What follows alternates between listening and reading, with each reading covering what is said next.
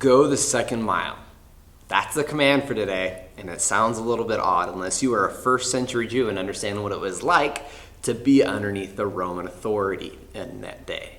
It is essential to be going into the context of a story, trying to jump into scripture, understanding that their culture was different than ours. So we need to go and try to understand a little bit of context of what's going on with them to try to bring about exactly what it means, so that way we can make it applicable in our current culture and context. These scriptures are God-breathed, so they are 100% applicable to today's culture and time. We just need to figure out exactly what they were saying so we don't misunderstand what it means. Now, before we dig into exactly what it means to go the second mile, let's go ahead and read this scripture so that way we can better understand what it means to go the second mile. Matthew chapter 5, verse 38 through 42 reads this. You have heard that it was said, an eye for an eye and a tooth for a tooth. But I say to you, do not resist the one who is evil. But if anyone slaps you on the right cheek, turn to him the other also. And if anyone would sue you and take your tunic, let him have your cloak as well. And if anyone forces you to go 1 mile, go with him 2 miles. Give to the one who begs from you, and do not refuse to the one who would borrow from you. Now, if you were paying attention there was more than one command in that little passage. But really what it is one command with 4 illustrations to help solidify the importance of that command. So we're going to break them down, but a little spoiler alert, the idea here is that love is the law. Now, as we pick up on this command about retaliation, it's important to understand that it's in context. As we've been doing these as little videos, we got to understand that it backs up to the other things Jesus had been saying in the Sermon on the Mount. See, Jesus had just been talking with the people about how important the heart is. He's been correcting what their interpretation of their law is and explaining how God cares more about the heart than the rigid following of the law. So he just corrected them regarding anger, lust, divorce, oaths, and now we're fixating on retaliation. Retaliation is a serious issue. It's really easy to have this mindset of wanting to go after somebody and get revenge for something that they did to you.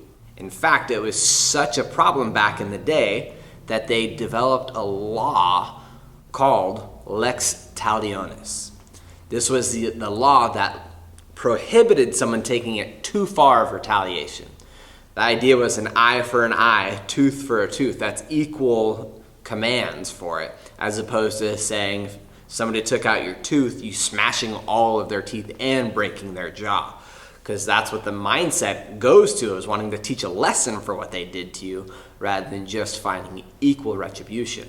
Which this law, which I'm sure I butchered how to say it, prevented people from taking it to the next level of escalation. Jesus was working on the people, trying to help them see that the times are changing as the prophets had said they would.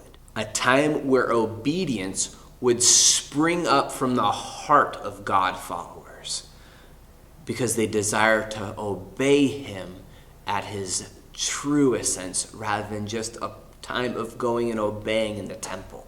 So to solidify this point, Jesus uses 4 illustrations here. First one is the idea of a backhand, the slap with a hand.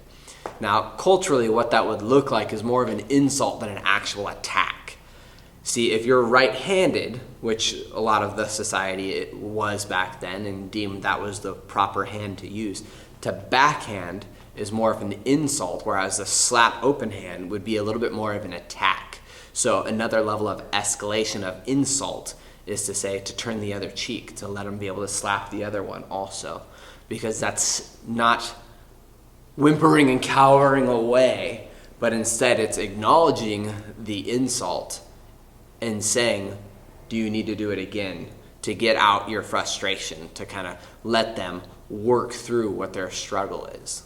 The next one sounds kind of weird because one, we don't wear tunics and cloaks, but also the idea of suing for somebody and taking their clothes. Now, I know it's a nice shirt and all, but that'd be kind of weird if you sued me for it. So what we're seeing here is a cultural thing where they sue for a tunic. Now, a tunic would be like a base layer of clothing, something that you would wear. Think of when you go to the mountains, you wear an underlayer to stay warm, or when you're working out, something like that.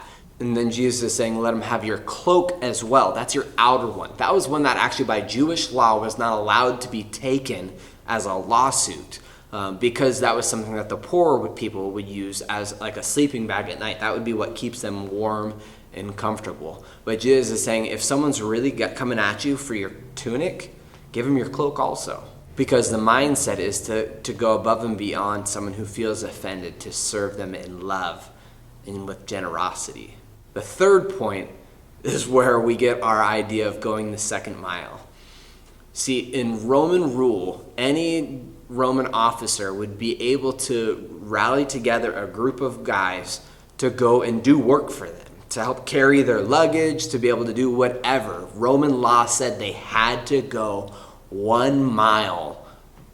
Otherwise, they were punishable by either going jail or beating or some. I don't actually know what the full punishment was, but there was obviously consequences because you don't say no to Rome. So Jesus is telling people, don't be bitter, don't be grumpy about the fact that they're telling you need to go. Instead, have a joyful heart and go an extra mile. Some would interpret this as to say to go an extra 2 miles instead of just going 1 extra mile. Regardless of distance, I don't really care. The idea is to go above and beyond what you are required to do because you want to serve them with a joyful heart and show them something different.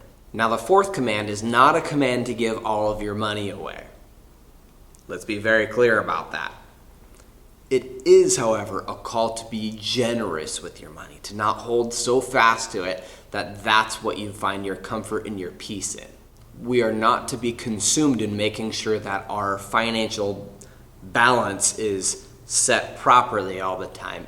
Instead, it's to live a life of trying to bless those around us. Now, these 4 illustrations that Jesus just used have been very widely argued over the years. Some would take them as hyperbole, meaning they're exaggerated statements that won't actually happen this side of the kingdom of heaven coming. Some would say that they are literal things that we need to do. I'm honestly on the fence a little bit here. I lean more towards the fact that it is literal and that we need to be serving in that way. It's essential that we take every opportunity to share the gospel with people around us that we can. The part that I have a hard time with is do not resist the evil one. See, I like to try to work through these statements and say, well, what does that mean in X given situation? And so when it comes to the idea of if somebody is going to attack my family while we're going out and doing something because they're high on something, well, do not resist. That means do not come against them with whatever they're doing. I mean, Jesus clearly wouldn't call us to be doormats and just not go against anything. Much of the church has been reformed and revived because of people who came against opposition with tenacity to hold fast to the things of God. Paul did that to Peter in front of the Jews, saying, look at what you're doing here. It's important that you live a life that treats people as unclean. It's not this call to be an extreme pacifist that avoids all conflict and confrontation. The argument here is that we're not to come against an evil one with force. And I have a hard time with that because the idea of self-defense for something other than faith is something that I've always kind of wrestled with, if I'm honest. The idea of persecution because of a faith-based thing makes total sense. At that point, it's hands up. You can stone and throw whatever you want at me and my family if it's religious persecution. But if it's just because of someone having a hard day that they're lashing out and wanting to attack, there seems to be a different balance there. And I have a personal conviction that I'm wrestling through with that. Not saying that it's one or the other. My buddy Sean he's a Christian pacifist that has helped to work on me over the years, and we're kind of just going back and forth and seeing where we sit with that. But I'll talk more about that tomorrow. Sorry, that's love your enemies, which we'll get to on the next video. Back to talking about going the second mile. A pastor I had a few years ago, James Gleason, loved the guy. He has been a great influence on me as a pastor and as a Christ follower. He introduced me to this idea of living life open-handedly. Now, this concept was not his original idea. It's one that the church has been using for quite some time. But the idea of living life open-handedly is that God will put certain things in there and he'll take away certain things. And we are just called to be good stewards of them while they are in our hands. So that's things like finances, material items, family members, whatever our time, whatever things we have, God has put in there. Every good and perfect gift comes from above, so that is put in our hands. And we are called to live life open-handedly. That's to receive them openly and to give them openly. See, the natural tendency for us is when there's something really cool that we want or something we love and we don't want to let go of, is to try to hold on to it.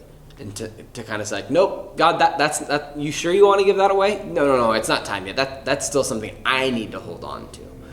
Whereas we are called to live life open-handedly, to release things, and to allow God to be in control. And so this idea of not resisting the evil one is this idea of if someone wants to come and be evil and take something, well, then let them take it.